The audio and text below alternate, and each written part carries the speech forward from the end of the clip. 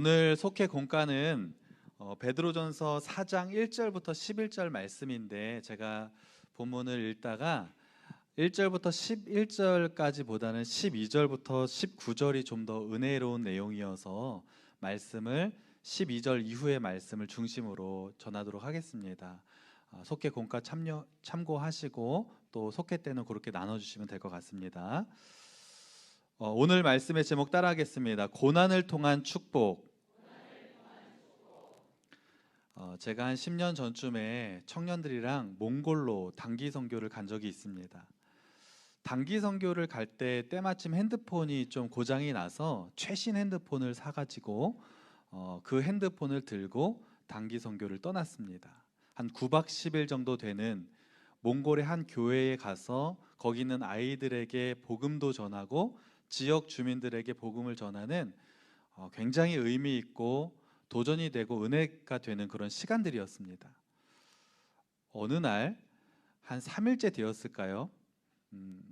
아이들과 같이 예배를 드리고 제가 이제 핸드폰을 테이블 그 의자 위에 잠깐 얹어놓고 잠깐 뭐를 이제 하고서 딱 왔는데 그 핸드폰이 없어진 거예요. 그 전까지 우리 몽골의 아이들이 너무나 사랑스럽게 보였는데 그 핸드폰이 없어지자마자 어떤 마음이 들었을까요? 제가 지금 믿음을 가지고 복음을 전하러 여기 왔는데 그것도 그냥 옛날 쓰던 핸드폰도 아니고 무슨 핸드폰이요? 최신 핸드폰, 가장 좋은 거, 비싼 거였어요. 그거가 없어지니까 갑자기 은혜가 안 되는 거예요. 아이들을 보는 시선이 제가 가져간 거 아니야? 그래서 자꾸 의심된 눈으로 보이는 겁니다. 지금은 이렇게 웃으면서 얘기할 수 있지만 너무 마음이 힘들었어요. 이거 비싼 건데, 나 이거 돈도 없는데 이거 산 건데 이거 어떻게 해야 되지?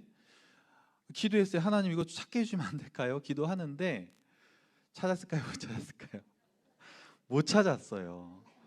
제가 더 열심히 기도했던 거는 하나님 이 핸드폰 찾게 해주세요 보다 이것 때문에 선교에 방해가 되지 않도록 제 마음 좀 지켜달라는 기도를 더 많이 했던 것 같습니다.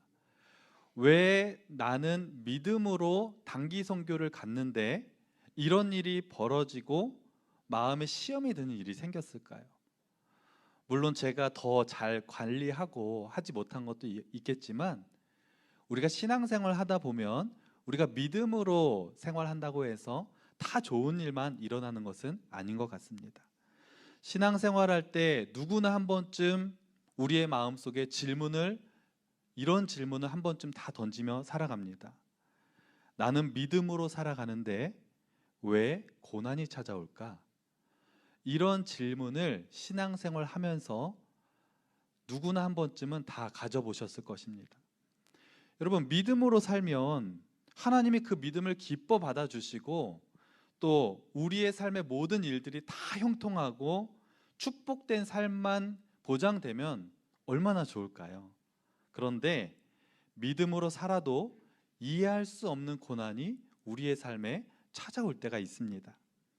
오늘 본문에 나오는 초대교회 성도들도 굉장히 뜨거운 믿음을 가지고 있었습니다.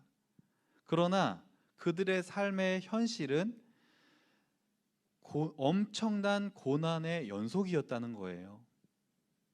이 시대, 그 시대에는요, 네로의 박해가 이제 막 시작되던 시기입니다. 기독교 역사상 가장 강력한 박해가 막 이제 시작되고 있던 시기예요. 그래서 예수님만 믿기만 하면, 그냥 그 믿는 것이 밝혀지기만 하면 저 원형 경기장에 끌려가서 사자밥이 되고 또 십자가에 달려 죽기도 하고 나무에 달려서 너무나 잔인하게 불에 태워서 죽기도 합니다. 예수 믿는다는 이유, 믿음으로 살아간다는 이유로 너무나 잔인하게 고문을 당하고 죽임을 당하는 일들이 그 시대 가운데 허다하게 이루어졌다고 하는 것입니다. 그래서 그 당시에 로마에 살고 있던 수많은 기독교인들이 소아시아 지역으로 뿔뿔이 흩어지게 됩니다. 숨어서 믿음을 지키고 심지어는 땅속에 굴을 파고 들어가서 파고 더 파고 들어가는데 그 깊이가 심지어 지하 20층 깊이까지 판, 뭐라 그러죠? 그 동굴을 카타콤이라고 부르죠. 거기에 숨어서 신앙을 지키는 사람들이 많이 있었다고 하는 것입니다. 믿음은 좋은데 현실은 고난의 연속인 거죠. 그렇게 힘들게 신앙생활하고 있는 그 시대의 성도들에게 베드로가 편지를 하나 씁니다.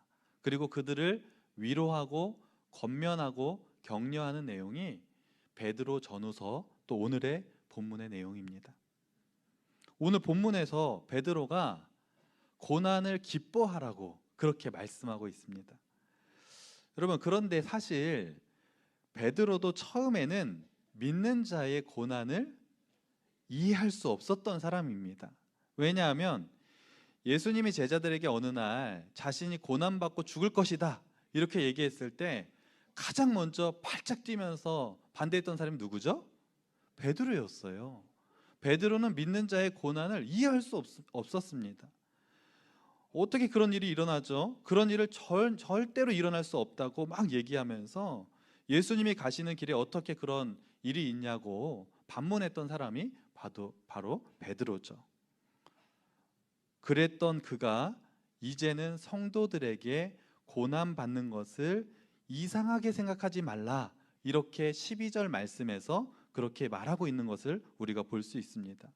왜냐하면 자기도 믿는 자의 고난이 잘못된 일인 줄 알았는데 이제 다 경험해 보니까 그렇지 않다는 것을 뒤늦게 깨달았기 때문입니다. 여러분, 우리가 살다 보면 그 상황을 지나고 나서야 나중에 깨닫게 될 때가 있습니다. 어렸을 때는 부모님의 행동이 잘 이해가 안 가요. 왜 부모님이 저렇게 행동하시지? 그런데 커보니까 어때요? 아, 그래서 부모가 돼 보니까 그래서 부모님이 그때 그렇게 하셨구나. 노래 가사에도 있잖아요. 어머님이 짜장면이 싫다고 하셨어. 그렇잖아요. 어렸을 때는 엄마가 짜장면이 싫다고 하시는 거예요. 왜 그래요? 왜 너무 맛있는 짜장면 엄마가 싫다고 하시면서 안 드시는 거예요. 어렸을 땐 그게 이해가 안 갑니다. 이게 맛있는 걸 왜 안 드셔? 그러면서 자기가 다 먹어요. 근데 커 보니까 엄마는 짜장면이 싫으신 게 아니었어요. 자기의 사랑하는 자녀들을 주기 위해서 엄마가 참았던 것이죠. 어른이 되니까 그것이 이해가 되는 것입니다. 고난도 마찬가지예요. 고난을 경험할 때는 너무 이해가 안 갑니다. 왜 나에게 그런 일이 벌어지지? 왜 몽골까지 가서 나 복음 전하러 왔는데 왜 최신 핸드폰이 왜 없어지는 거지? 이해가 안 갑니다. 그런데 제자들의 입장에서도 예수님의 고난은 이해할 수 없었어요. 그런데 지나고 보니까 예수님의 고난이 있었기 때문에 그 고난을 통해서 모든 인류가 구원받게 된다는 사실을 깨닫게 된 줄로 믿습니다. 그래서 오늘은 고난을 통해서 어떤 축복이 주어지는지 세 가지로 함께 말씀을 나누기 원합니다. 첫 번째로 우리 따라하겠습니다. 고난은 유익이다. 고난은 이상한 게 아니라 오히려 우리에게 유익이 되는 줄로 믿습니다. 왜 그럴까요? 오늘 본문 4장 13절 말씀에 그 이유가 너무 자세하게 나와 있습니다. 13절 말씀 다 함께 읽어볼까요? 시작. 오히려 너희가 그리스도의 고난에 참여하는 것으로 즐거워하라. 이는 그의 영광을 나타내실 때에 너희로 즐거워하고 기뻐하게 하려 함이라. 아멘. 베드로가 성도들에게 고난에 참여하는 것을 즐거워하십시오 이렇게 얘기합니다.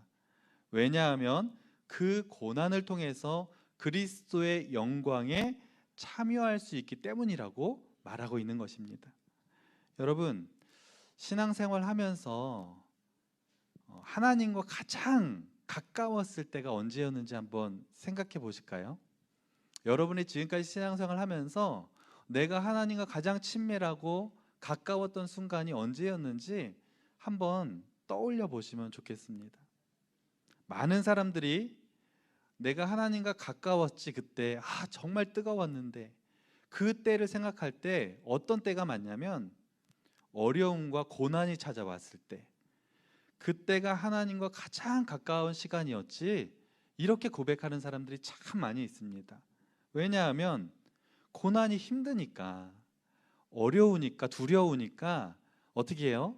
하나님 앞에 나와서 간절히 매달려서 기도하고 하나님만 의지하다 보니까 그때가 하나님과 가장 가까울 때였음을 뒤늦게 깨닫게 되는 것입니다. 여러분, 고난이 찾아오면 우리는 본능적으로 하나님을 더 가까이 찾고 나아가게 되어 있습니다. 이 세상도 마찬가지예요. 우리가 사람들을 만날 때 편하고 좋은 사람들과 그렇게 내가 편하고 좋을 때 지냈던 사람들보다 내가 인생에서 좀 힘들고 어려웠을 때 그때 함께했던 사람들, 그때 나를 도와줬던 사람들과 평생을 가까이 지내는 경우가 많이 있습니다. 그래서 군대에서는 전우회라는 것이 있고 그 전우회는요 평생을 갑니다. 여러분, 우리 교회 부목사님들이 많이 계신데 제가 숭의교회 와서 이제는 부목사님들과 많이 친해졌습니다. 부목사님들이요, 이렇게 선배 목사님들이, 저는 이제 거의 막내잖아요. 맛있는 것도 많이 사주세요. 알고 계셨어요? 맨날 뭐 먹으러 가자 그러고 막 국수 먹으러 가자 그러고 막 1시간씩 걸려가지고 막 가가지고 막 사주세요. 잘 먹어야 된다 그러면서.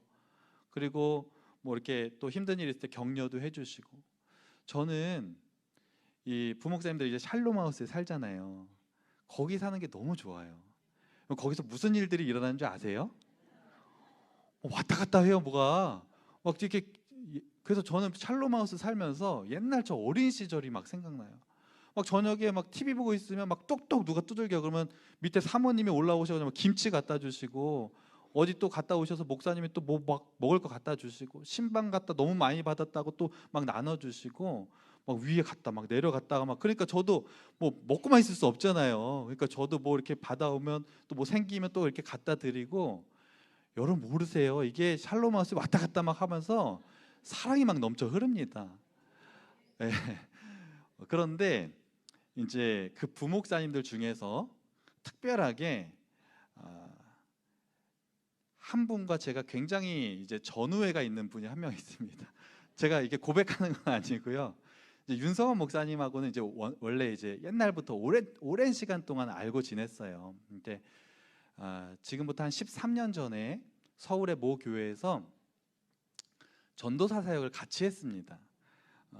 그때 이제 풀타임으로 같이 사역을 했는데 우리 목사님하고 또 한 2명 정도의 사역자랑 같이 4명이서 같이 사역을 그때 이렇게 같이 담임 목사님 목회를 도와서 했는데 너무 힘들었어요.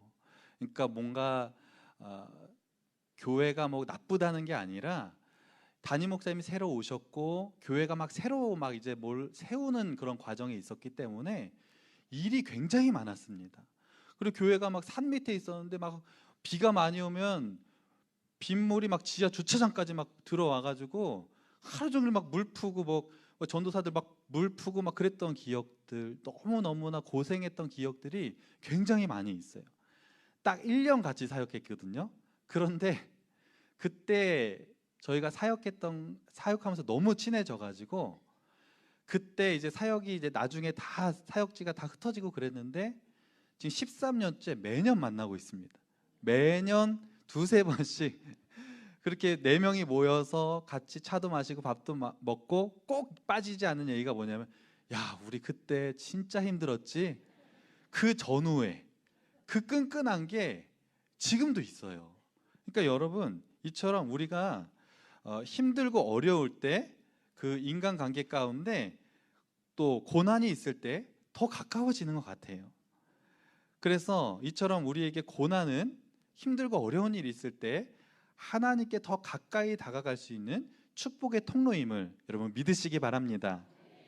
또한 고난이 왜 유익한가요? 13절 말씀 다시 보면 고난에 참여한 사람들은 그리스도의 영광에 참여하게 된다, 이렇게 말하고 있습니다.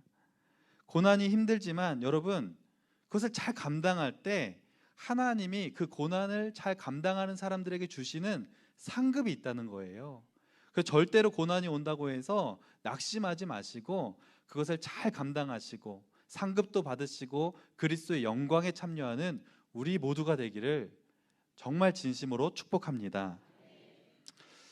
안타깝게도 우리나라가 일본에게 나라를 빼앗긴 적이 있었죠.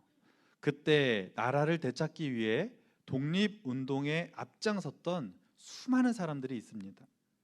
고생 끝에 드디어 해방되던 날 얼마나 기뻤을까요?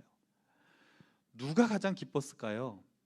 물론 온 국민이 엄청나게 다 기뻐했겠지만 그 누구보다 기뻐했을 사람은 독립운동을 위해서 고난에 참여했던 사람들일 것입니다.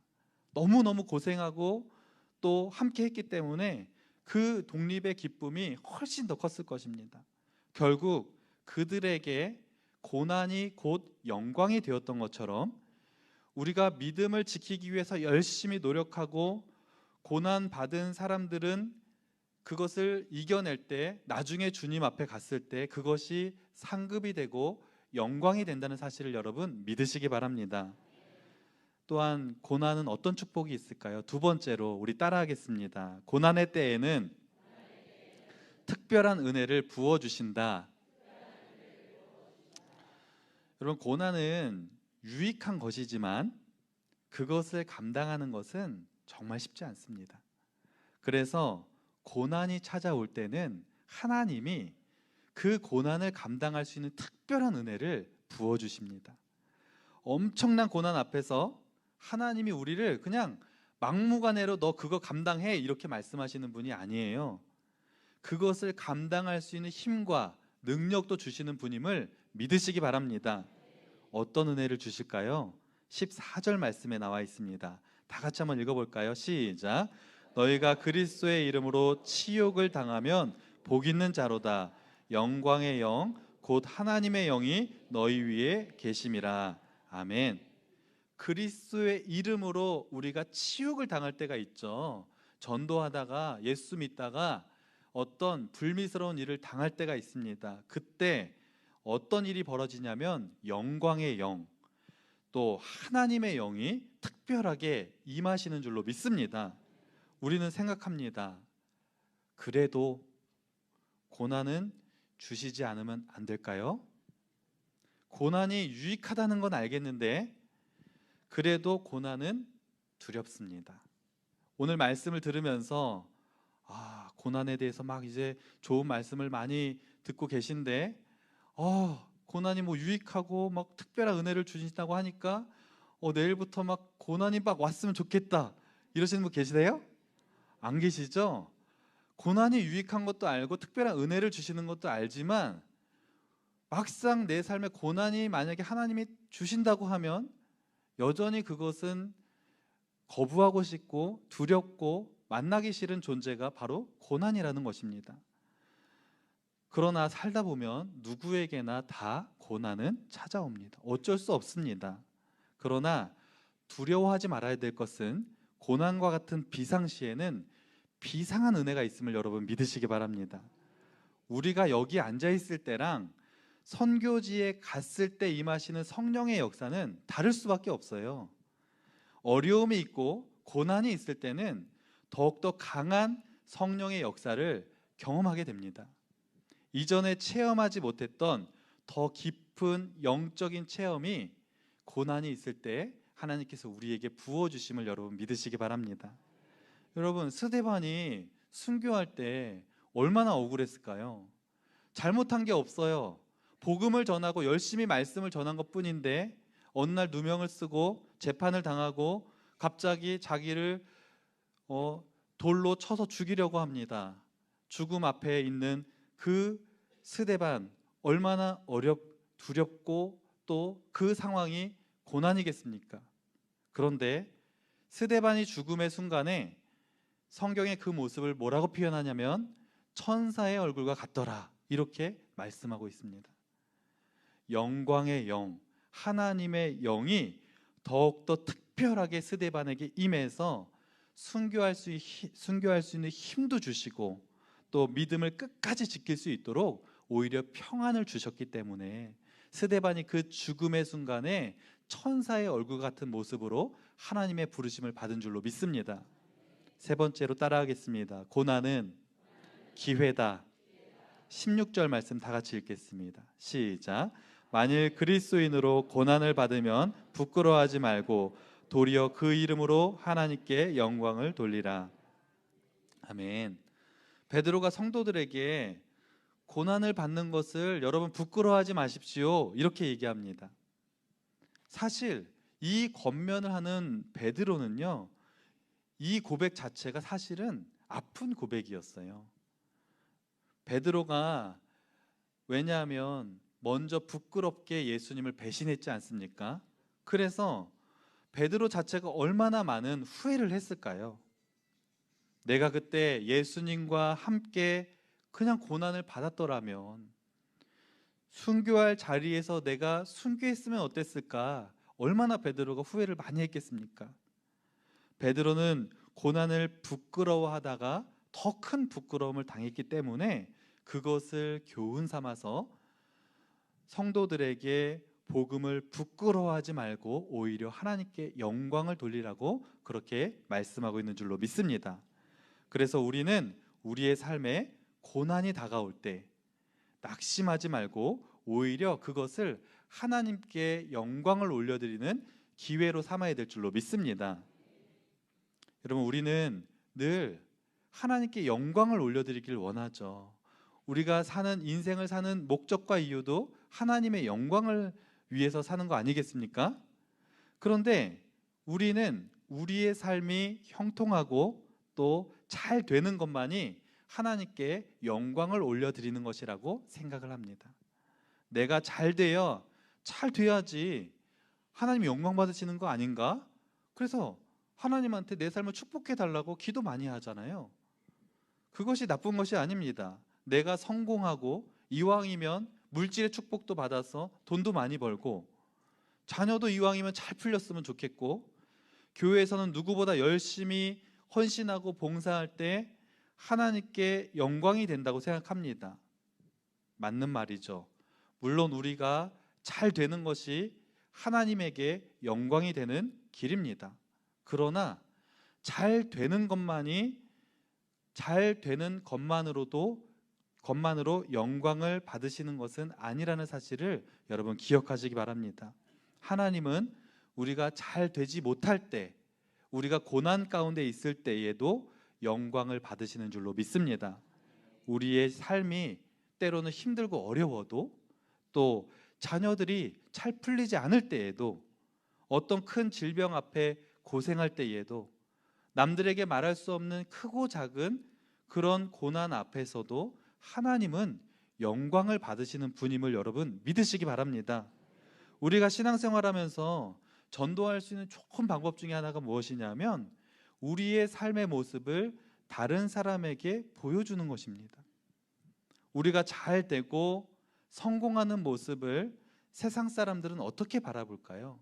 여러분이 가정에 막 물질의 축복, 자녀의 축복, 막 복의 복을 막 다 받아요. 그런 모습을 세상 사람들이 본다고 생각해 보십시오. 사람들이 그 모습을 보면서 무슨 생각을 할까요?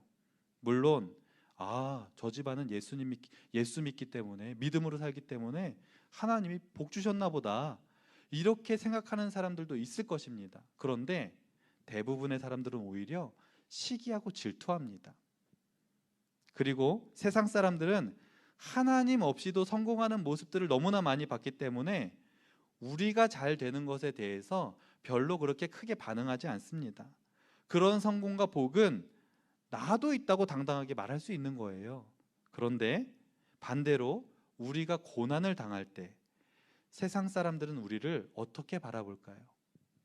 누가 봐도 세상 사람들이 보기에도 너무나 감당하기 힘든 그 고난 속에 있는 모습을 세상 사람들이 봤어요. 어떤 생각을 할까요? 야, 어떻게 저렇게 됐을까? 안타깝다. 그런 생각을 하겠죠. 그런데 우리가 감당할 수 없는 고난 앞에서 낙심하고 쩔쩔매는 게 아니라 오히려 감사하고 기쁨으로 그것을 이겨내는 모습을 사람들에게 보여줄 때 세상 사람들은 충격을 받습니다. 어떻게 저럴 수 있지? 아니, 하나님이란 존재가 어떤 분이길래 저 사람은 저런 상황 속에서도 저렇게 감사하며 기뻐할 수 있지? 하나님이 진짜 살아계신 건가? 그 하나님이 궁금한데 여러분, 이것이 바로 고난을 통해서 하나님께 영광을 올려드리는 방법인 줄로 믿습니다.